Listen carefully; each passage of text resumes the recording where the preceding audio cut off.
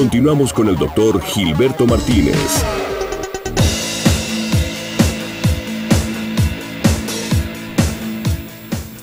10 de la mañana con 31 minutos. Seguimos el día de hoy hablando con el doctor Efraín Gómez Herrera, cirujano general, miembro del staff de Salutaris Medical Center.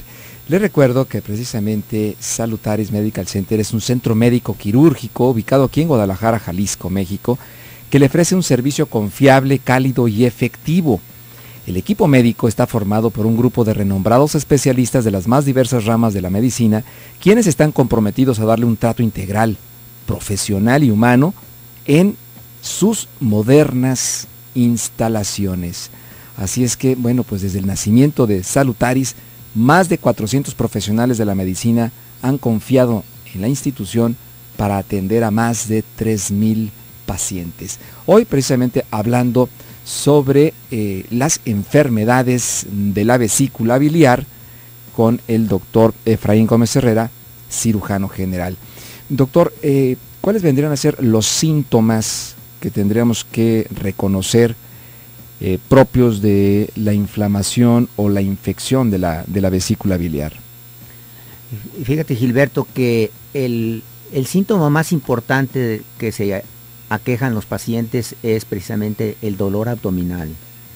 El dolor abdominal puede ser el tremendo colicazo que le llama la gente, que llega por un dolor muy súbito, intenso en la parte derecha del abdomen, en la parte alta derecha del abdomen y en la parte del centro, que la gente le llama la boca del estómago.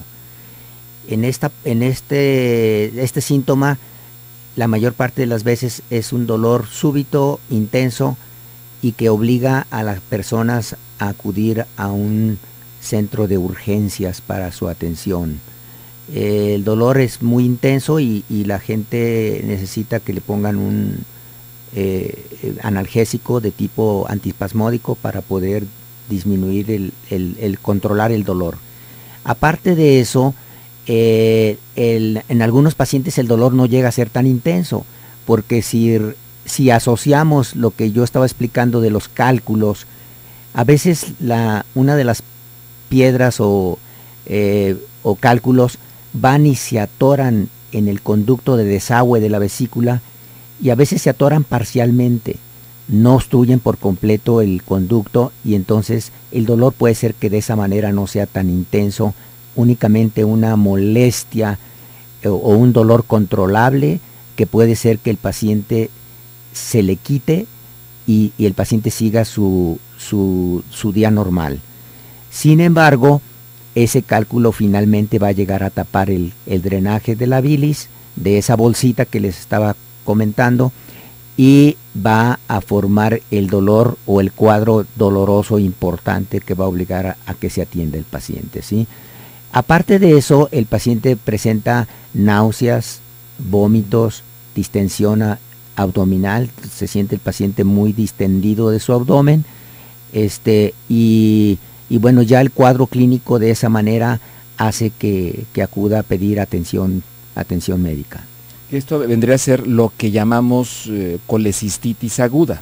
Este es ya una vez de que se sospecha a través de los síntomas del paciente, entonces podríamos decir, para confirmarlo, hacerle los estudios convenientes para confirmar si se trata o no de una colecistitis aguda. ¿Cuáles vendrían siendo los exámenes que se practican para llegar a este diagnóstico, doctor? Normalmente pedimos pruebas de laboratorio, como sería la biometría hemática, en donde vamos a demostrar si ese paciente tiene aumento de los glóbulos blancos o no, que eso nos va a traducir que el paciente tiene un proceso inflamatorio que coincide con el proceso inflamatorio de la vesícula. También vamos a pedir pues lo normal, si es un paciente de características que tenga antecedentes de diabetes o de alguna otra enfermedad, pues pedimos exámenes complementarios como son la glucosa, urea y creatinina, examen general de orina para abarcar digamos, como exámenes generales y abarcar cualquier otra posibilidad de diagnóstica diferencial, porque a veces los cuadros, como se presentan los pacientes, son típicos, pero hay ocasiones en que el paciente refiere un dolor, sobre todo en personas ya mayores, ancianos. El dolor a veces no es muy bien localizado, entonces el paciente refiere únicamente un dolor que hasta puede simular un infarto o algún otro tipo de padecimiento, ¿no?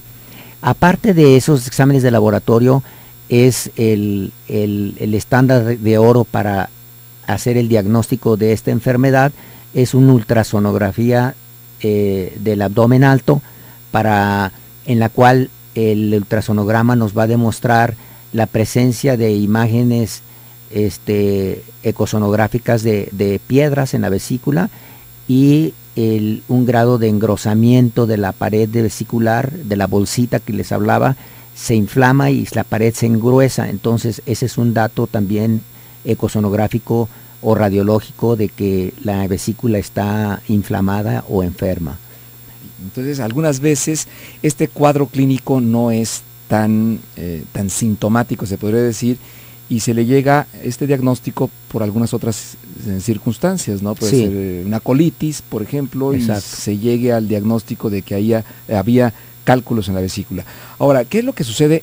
Esto es en la colecistitis aguda, ¿no? Que el dolor es intenso, nos mencionaba, ¿no? Que puede haber inclusive vómitos, náusea, un dolor intenso que no llega a quitarse por completo y que se aumenta con la comida o con la grasa o con alimentos ricos en grasa, ¿no? Y puede haber fiebre también, dependiendo de esta intensidad, pues se irá a hospitalizar al paciente. Pero ¿qué pasa en los cuadros de colecistitis crónica, en que aparece el dolor y luego se quita? Sí, fíjate, Gilberto, que normalmente la colecistitis crónica tiene eventos de repetición de los síntomas, pero el paciente muchas veces no se le hace el diagnóstico, se confunde con, como tú decías, con colitis, con gastritis o algunos otros cuadros de trastornos digestivos que el paciente nunca se estudia.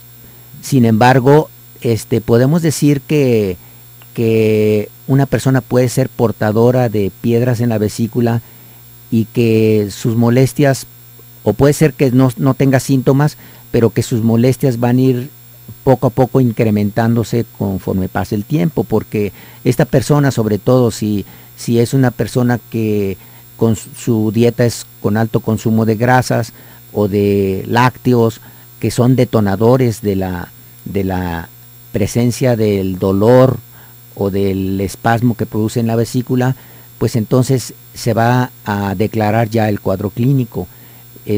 Muchas veces no se declara porque la persona tiene molestias y alguien le recomienda por ahí que haga dieta, ¿no? Entonces quita los lácteos, quita el huevo, que es otro detonante de los huevos fritos, que es otro detonante de que se altere la vesícula o que se produzca el dolor vesicular. Todo lo que son grasas, todo lo que son por ejemplo, aguacate es otro detonante que producen que se contraiga la vesícula y produce el dolor. Entonces, si algunos pacientes llegan a llevar una dieta hasta vegetariana para poder tratar de sentirse mejor y lo logran, sí, por un tiempo, pero esos cálculos, al final de cuentas, como es un trastorno en que la vesícula ya está enferma, va a seguir progresando, va a seguir produciendo no nomás cálculos.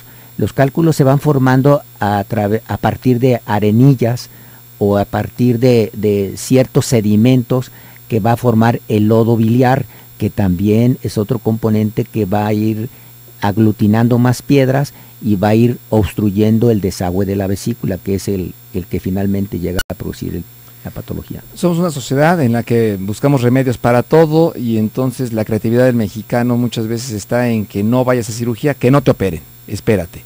Los cálculos se quitan con remedios, se quitan con medicinas, se quitan con tecitos. Fíjate que esa pregunta es muy interesante porque en la práctica de casi todos los cirujanos que hacemos este tipo de operaciones, nos encontramos gente que le busca todos los posibles mecanismos para evitar la cirugía.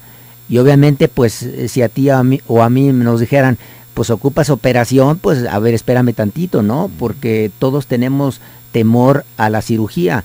Y realmente el mensaje que yo quisiera darle a tu radioescuchas es precisamente que actualmente los avances tecnológicos y las técnicas quirúrgicas de mínima invasión, que es como actualmente operamos la vesícula, pues hacemos 3 orificios pequeños, ya no es la gran operación, las grandes heridas que hacíamos antes, y obviamente eso debe de darles confianza a las personas, porque el hacer heridas pequeñas, la proporción del dolor, por ejemplo, que es a lo que todos tenemos temor de que, ay doctor, me va a doler mucho, pues fíjese que con esto el gran avance de esto fue precisamente que el dolor es mucho menor por medio de esta cirugía de laparoscopía, que se llama, o técnica de mínima invasión, y realmente es mucha diferencia, ¿sí? Podemos decir que hay un parteaguas desde que hace 25, 26 años en que se inició este procedimiento, y que ahora realmente las grandes molestias, lo que se tardaba un paciente en recuperarse era muy prolongado, y que actualmente es muy corto, ¿sí? Sí, definitivamente, pues las ventajas de esta cirugía de mínima invasión, pues está como tú nos dices, doctor, hay menos dolor posoperatorio, la recuperación del paciente es mucho más rápida, así como la reintegración a su vida normal, y pues también la parte cosmética, ¿no? Porque las cicatrices también son mínimas. No, definitivamente, la tendencia es cada vez a dejar menos cicatriz, y por lo tanto, si estamos utilizando procedimientos ya con menos longitud de las heridas, pues obviamente también el dolor va a ser menos y el resultado estético va a ser casi imperceptible o invisible.